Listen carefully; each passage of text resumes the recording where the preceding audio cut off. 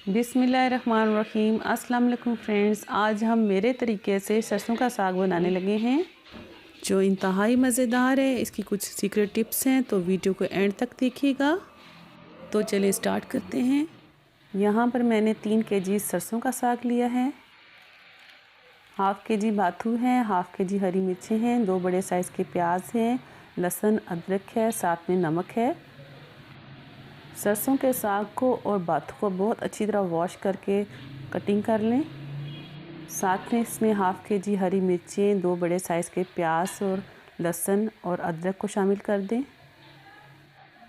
2 tablespoon नमक का है वो शामिल कर दें। नमक आप हस्बे ज़रूरत डालें। अब इसमें 2 लीटर के करीब पानी शामिल कर दें। पानी शामिल करने के बाद सबको मिक्स कर लें। अब साग को आप 4 से 5 घंटे के लिए लो फ्लेम पर पकने के लिए रख दें, जब तक आप बाकी के घर के काम कर लें। जी फ्रेंड्स, जैसा कि आपको पता है हर साल साग आता है और ये सरसों का साग कुछ अरसे के लिए आता है और ये 1 से 1.5 माह तक होता है। मैं हर साल 2 से 3 मरतबा साग ज़रूर बनाती हूँ। अब एंड होने वाला था तो मैंने सोचा अब फिर बना के आपके साथ वीडियो शेयर की जाए। हमारे 4 से 5 घंटे हो गए हैं और साग को अब हम घोटा लगाएंगे। आप ऐसी लकड़ी की मदानी लेके उससे घोटा लगाएं, जैसे हलीम को लगाते हैं। हम बिल्कुल ग्राइंड नहीं करते साग को। अब हम इसमें मकई का आटा छोटा कप थोड़ा थोड़ा करके शामिल करेंगे। मकई के आटे से भी जो है काफ़ी अच्छा इसका टेस्ट हो जाता है। मैंने साग थोड़ा ज़्यादा बनाया है, मैं इसको फ्रीज़ करूँगी, फिर हम इसको 1 से 2 महीने के लिए एंजॉय कर सकते हैं। बाकी का भी मकई का आटा डाल के हम साग को तकरीबन 15 से 20 मिनट तक पकाएंगे।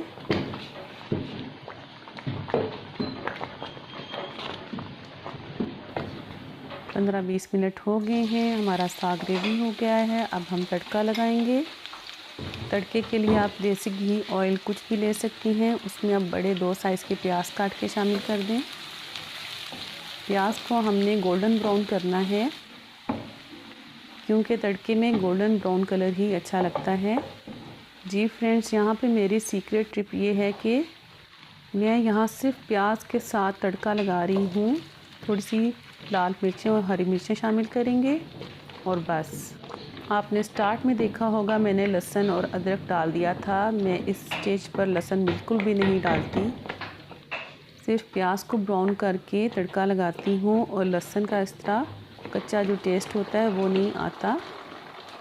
इस तरह शुरू में ही साग पकाते हुए लहसुन और अदरक को शामिल कर दिया जाए तो वो साग के साथ ही पक जाता है और लहसुन का स्ट्रॉन्ग सा फ्लेवर नहीं आता। खैर, ये अपना अपना हर किसी का तरीका है और हर किसी की अपनी चॉइस है। मुझे तो इस तरह पसंद है और बहुत यम्मी बनता है इस तरह।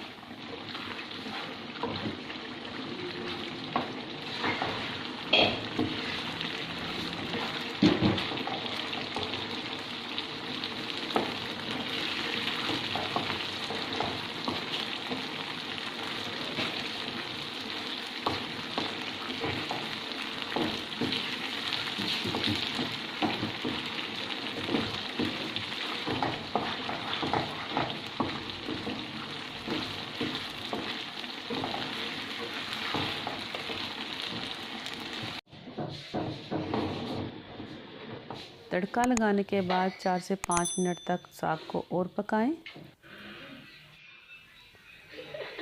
जी फ्रेंड्स, ये देखें हमारा मज़ेदार सरसों का साग तैयार हो गया है। आप भी मेरे इस तरीके के साथ एक बार ज़रूर ट्राई करें। मुझे उम्मीद है आपको रेसिपी बहुत पसंद आएगी। वीडियो अच्छी लगती है तो मेरी वीडियो को लाइक करें, चैनल को सब्सक्राइब करें, साथ में बेल को भी प्रेस कर दें।